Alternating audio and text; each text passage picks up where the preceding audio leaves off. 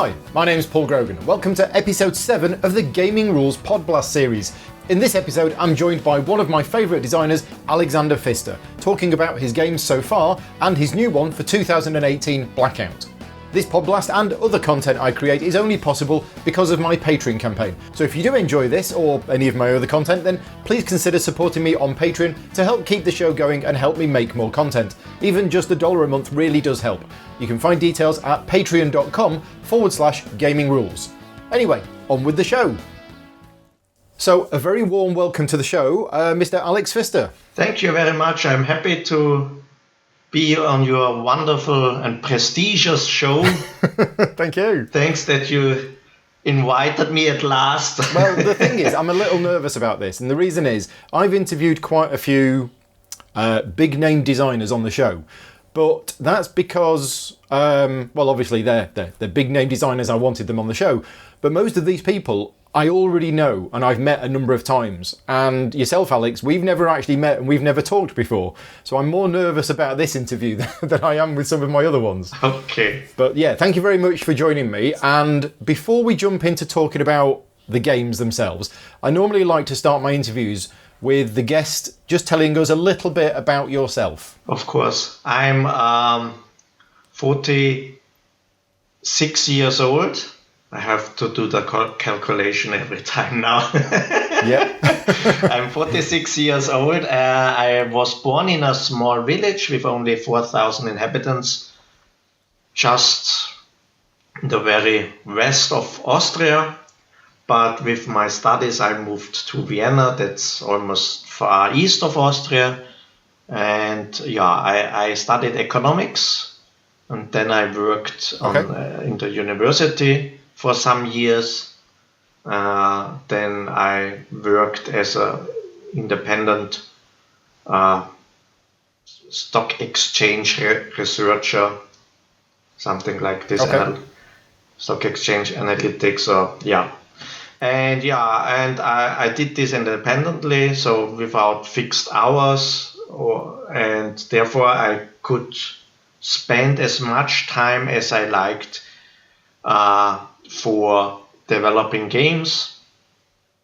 Yeah, right. that's I do it now more and more, and yeah, actually I think I'm a full-time game designer at the moment, you could say it. Right, okay. And that's just a natural transition then, because your job was effectively freelance and you were able to work whatever hours you wanted, you started doing the games design kind of on the side, but now that you're doing so much game design, it's now become a full-time thing. That's a perfectly explanation, yes. That's correct. I started game designing actually as a kid. So, for example, Mombasa was developed when I was 12 years old. Oh, wow. Yeah, I got hand of a brochure from Avalon Hill with all these games they had, and it was so fantastic. And I thought, I want to make a game in Africa where these companies were fighting against each other, and you got influence, and you had a ship, and you sailed around cities and so on. And of course, I changed it completely. But the ground foundation was when I was 12 years old. I developed this game, and when I was finished with my last game, I think it was Mines of Savannah. I'm not sure which game was before it. I found my old game boards, and I thought, this Africa game was always fun. Maybe I can put it into modern times now, and yeah. So you're based over in Vienna then? I've never been to Vienna, but it's on the list of places that I want to go to. Yeah, it's a great city. A lot of trees and green, and it's actually a big city from the number of inhabitants. But yeah, maybe because you live there, it does not feel that big. But of course, if you don't live there, everything is much bigger. Yeah, so I really love it, yeah. Mm-hmm. Cool. So, on to the games. So, for those people who don't know you, let's go through some of the games that you've done. I mean, for me, my two big ones are Mombasa and Great Western Trail, which you probably know because I've tweeted this a million times. They were my joint favourite games of 2015 and 2016 respectively, but others will also know that you've won the Kennerspiel des Jahres 2 years running. 2015 Isle of Skye, and then 2016 with Broom Service. But let's go back to 2010. Mines of Zavandor was your first published game. So how did you go about getting your first design published? Yeah, many people think that Mines of Zavandor was my first one, but actually I did a game 2 years before called Freibeuter der Karibik. Oh, okay. This was a company, published by a company who wanted to make board games with an electronic device. So it has an electronic device included. Right. Yeah, the company went broke, and yeah. So there are not so many copies out of this one. And then the second game was Mines of Zavandor. And yeah, you probably, or most people probably know Clemens Franz. He's doing the illustration for Lookout games. And in Vienna, we have a designer meeting where designers present their games to editors. And Clemens is also always attending this meeting. And he saw Mines of Zavandor. He liked it, and I think I was with the right game at the right place, and Lookout wanted to have a game, and so yeah, this collaboration happened. Excellent. But then after that, it was 4 years before your next game, which is quite a long time. But back then, presumably, you were still doing the economics job. That's right. Yeah. And then Port Royal came out in 2014, which, if I remember correctly, is a fairly lightish push-your-luck card game. That's correct. And my best-selling game, very successful, in many languages translated. And yeah, actually, this game was based on the Freibeuter der Karibik, my very first game, which I mentioned. And it was also Clemens Franz who said, he liked Freibeuter der Karibik so much. Why can't you do a card game about it? Right. So I thought about this, and I did one. It was okay. And I did a lighter one. I changed it to a lighter version. And this was published by the Österreichische Spielemuseum. Also it won a contest. There was a contest, and then it was published by the Österreichischen Spielemuseum, and then it was picked up by Pegasus, and it was a very big success. Yeah, Pegasus are good at doing some big games. So you're saying that that's your best-selling game? That's right. Yeah. As I say, it's more accessible than your heavier games, and obviously it's been published in many languages, so I can see that. But then 2015 and 2016, suddenly you've got my two favourite games and two Kennerspiel des Jahres winners. Tell us about those 2 years and the journey from just doing, a couple of other games to suddenly being, very, very big and popular. Yes, first of all, I have to thank Andreas Pellica for the collaboration we have and we had. He's also living in Vienna, and he did a game called Witcher's Brew, which was nominated but did not win.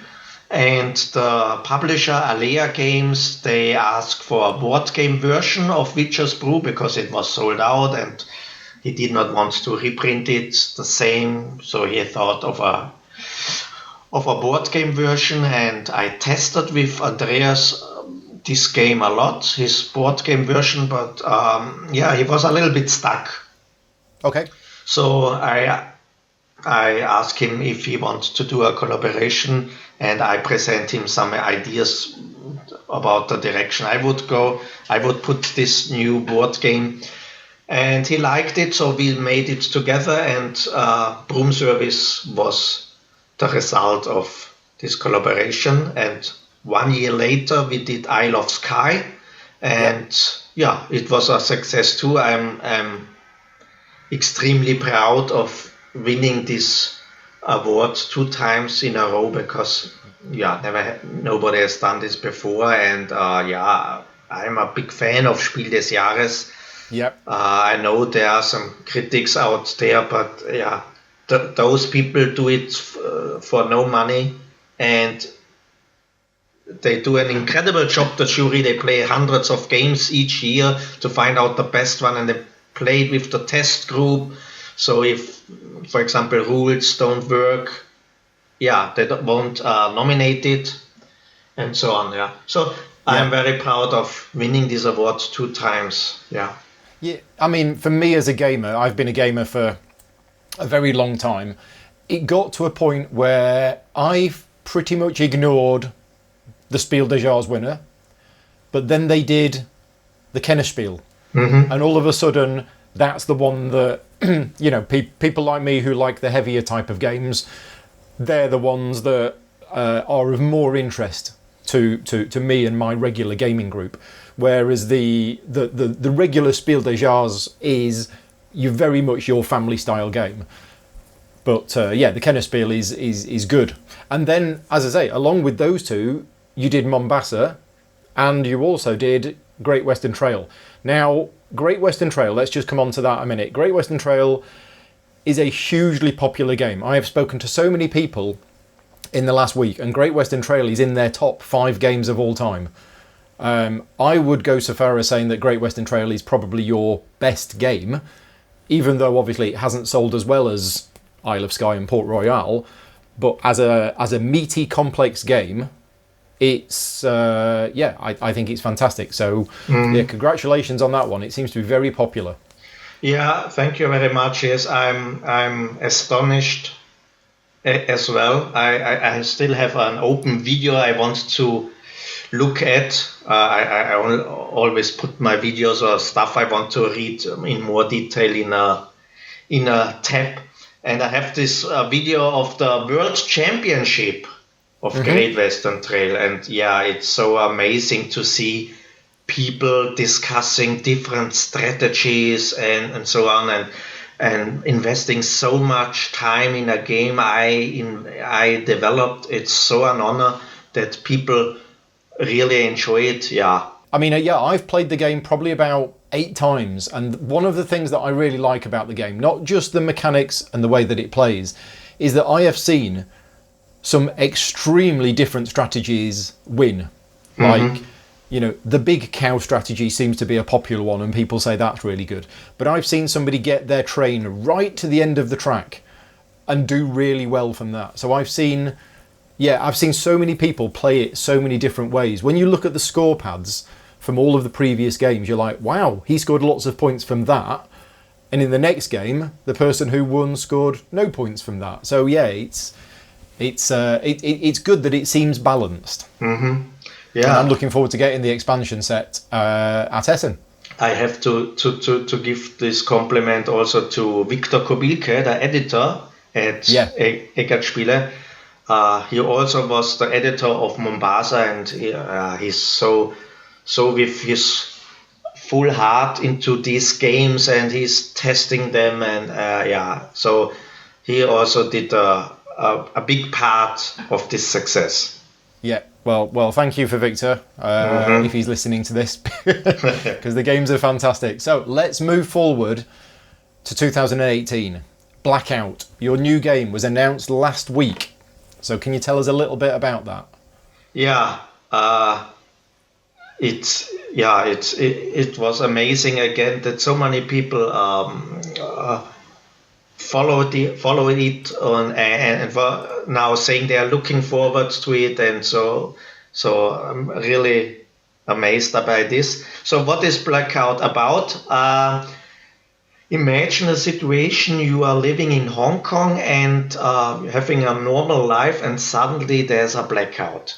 And not only for some minutes, not only for some hours, but days, weeks, and the electricity does not come back. So what's happening now is there are riots, there's chaos in the city, and you have to do the best thing out of it. So it's of course a game about victory points, but what you do is you fulfill goals, you help the hospital, you secure districts so there are no more riots and plundering, and so that's the theme of the game, yeah. Okay. And what you are doing is you have some cards in your hand. So this is your crew, some team members, helpers, and you play 3 of them each turn. And they gather your resources, for example, fuel, water, food, and so on. And you use these resources to hire new, better workers and specialists. And you also scout. So there are some tiles on the board, and you go scouting for them, and this gives you new resources. But every time you scout, one of your team member is injured. So there's a hospital, and you have a doctor, and you can bring an injured person back. Okay. And you play these cards on a discard stack. So you have 3 discard stacks like in Mombasa. Yeah. And every time you have 4 or less hand cards, you take 1 back. So it has some similarities with Mombasa, but it feels quite different, because in Mombasa you take your stack back every turn, and here only when you have 4 or less hand cards, which means that if you have persons in your team, weak persons in your team, they will hinder you. Because you have to play them once. Not like in Mombasa, you put them aside and I will never play this card because it's only giving you 1 good or something like this.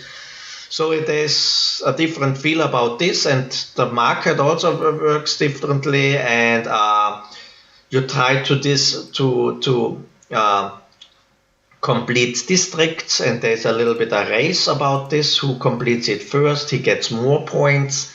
Yeah. So there are very different mechanisms working together.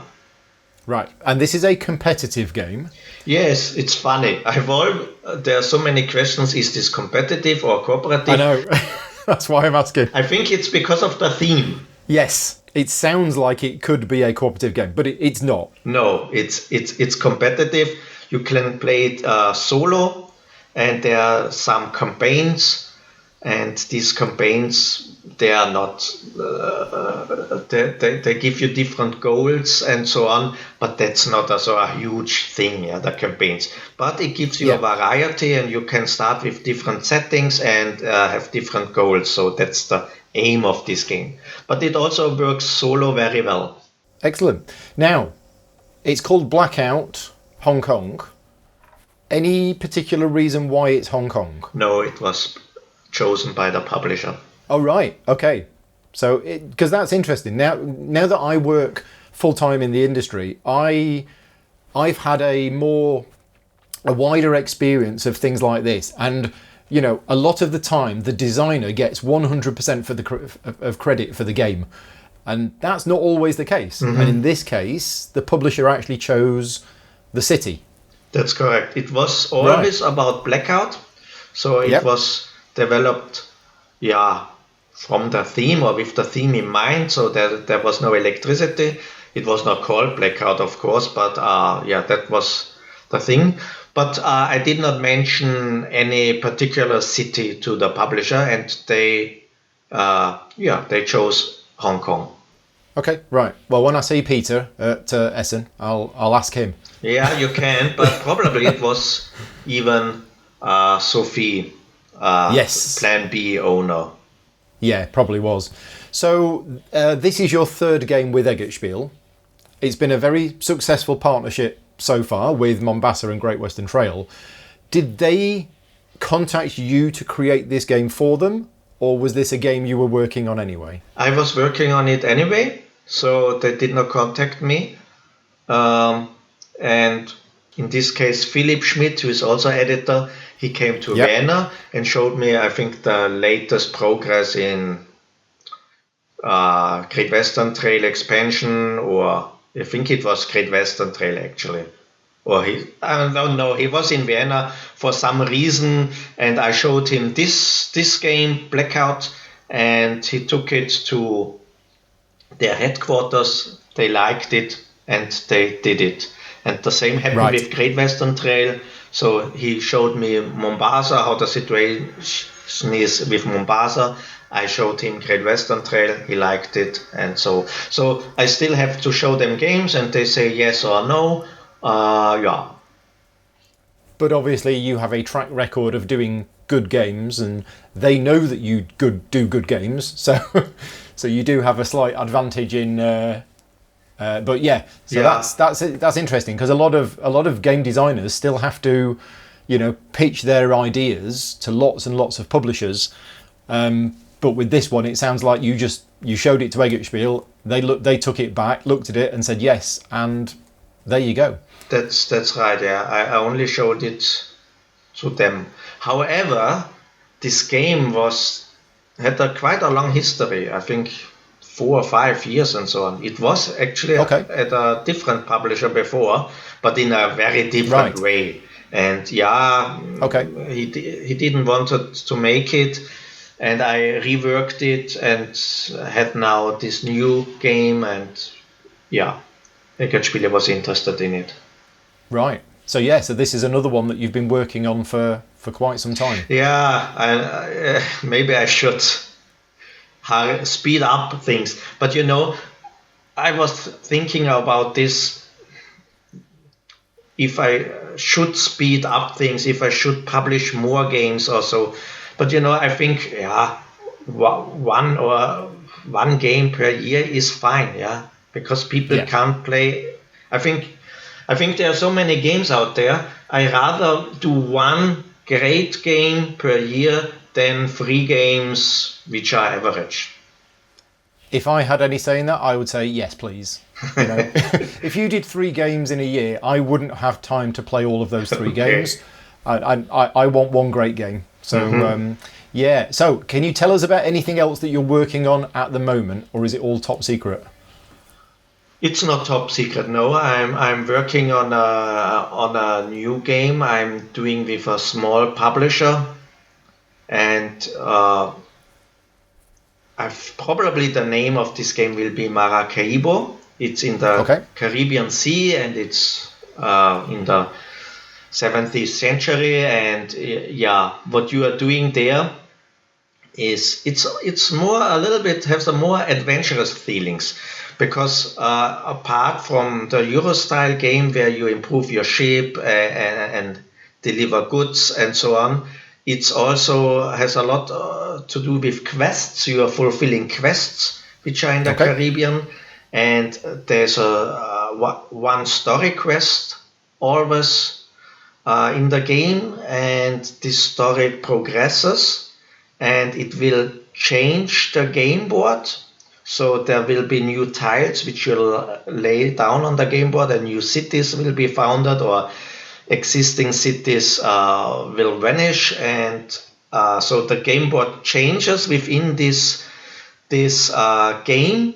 And at the end of the game, you put all these tiles in a bag, and the next game you can start with them again. So you start with this new game board feeling, and you continue the quest. Or you just begin at the beginning again, so people can choose what they want to, or you play next game chapter 2 or chapter 3. So it has a lot of story, quest fulfilling, but still a lot of Euro game feeling with it. Right. Okay. And when's that due out? 2019. Right. And either summer or even earlier. Okay. So I'm almost done. We are already planning the production, and I've been working very intensely on this game. I think it will be, people will like it very much. Yeah. Right. Okay. So that's your next one to look forward to, obviously after Blackout.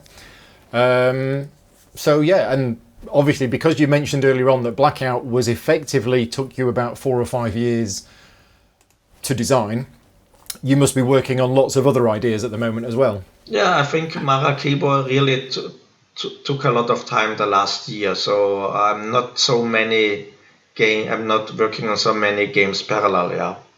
Right. And I have to say that I put Blackout aside 1 or 2 years, so I was not intensely working on this game. It's not that I work really 4 years every week on this game. No, it was. I worked a little bit on it, then I put it aside. Then I got this feedback from the publisher, and I revisited it again, and so on. Yeah. Yeah. Well, I've been working on a game since 1995, I think. Okay. Yeah, so if it eventually gets published, I can say, 23 years in development. Yeah. And it's like, no, every 2 years, I think about it for about an hour and I write some notes down and that's it. But one of these days it might happen. Okay, so you invested about 20 hours into this game. Yes, over 20 years. Yeah. Yeah, and I've never made any physical prototype of it. It's all just notes on paper and spreadsheets. But one of these days, I will get there. So okay, excellent. Right. One final question just before you disappear. What kind of games do you enjoy playing yourself? I'm into this Kennerspiel actually games. So taking 90 minutes, some strategy, a little bit of randomness, not too much. But yeah, about this time length, and yeah, I don't want that games feel like work. So I'm not in this optimization games where you have to do a lot of maths. Yeah. So what would be your favorite games then? I like to play. You've played recently. Yeah, I like to play Orléans, Marco Polo. Yep. For example, there were some latest games. Yeah. So this kind of games. Right. Well, thank you very much for coming on the show. It's been a privilege, I have to say. And you're going to be at Essen, I assume. Yeah, I'm not completely sure yet, but yeah. Okay. Mm-hmm. Well, hopefully, if you're there, I can come and say hello. But I will be working all during the event, so my free time is very limited. But I will try and come and find you. And see if I can get my copy of Blackout signed. But yes, I hope the game's successful. I will certainly be playing it every year after Essen. I host a games weekend, and the objective of that weekend is to play through all of the new games that we brought back from Essen. Wow. So yeah, okay, that's the plan. It never happens. Okay. And the year that Through the Ages came out, all I played was Through the Ages and I didn't play anything else. But this year, no, Blackout is so high on my list. That is definitely getting played that weekend. Thank you. So, yeah, I'm looking forward to it. Thank you, Paul. Right. Well, thank you very much for joining me. Good luck with all of the rest of your future game designs. And yes, I'll hopefully see you in Essen. Thank you very much. Yes. And that's it. So I hope you enjoyed the interview. Are you a fan of Alexander's games? Which one is your favourite? Let me know in the comments below if you're watching this on YouTube, or over on my BGG guild if you're on BGG. The guild number is 2258. And as mentioned at the start, this Podblast and other content I create is only made possible through the funding of my Patreon campaign. So if you do enjoy my other content, then please consider supporting me over at patreon.com/gamingrules. Thank you again to Alex for joining me on the show, and thanks to Jason Shaw at audionautics.com for the music used in this podcast. Until next time, take care, and thanks for listening.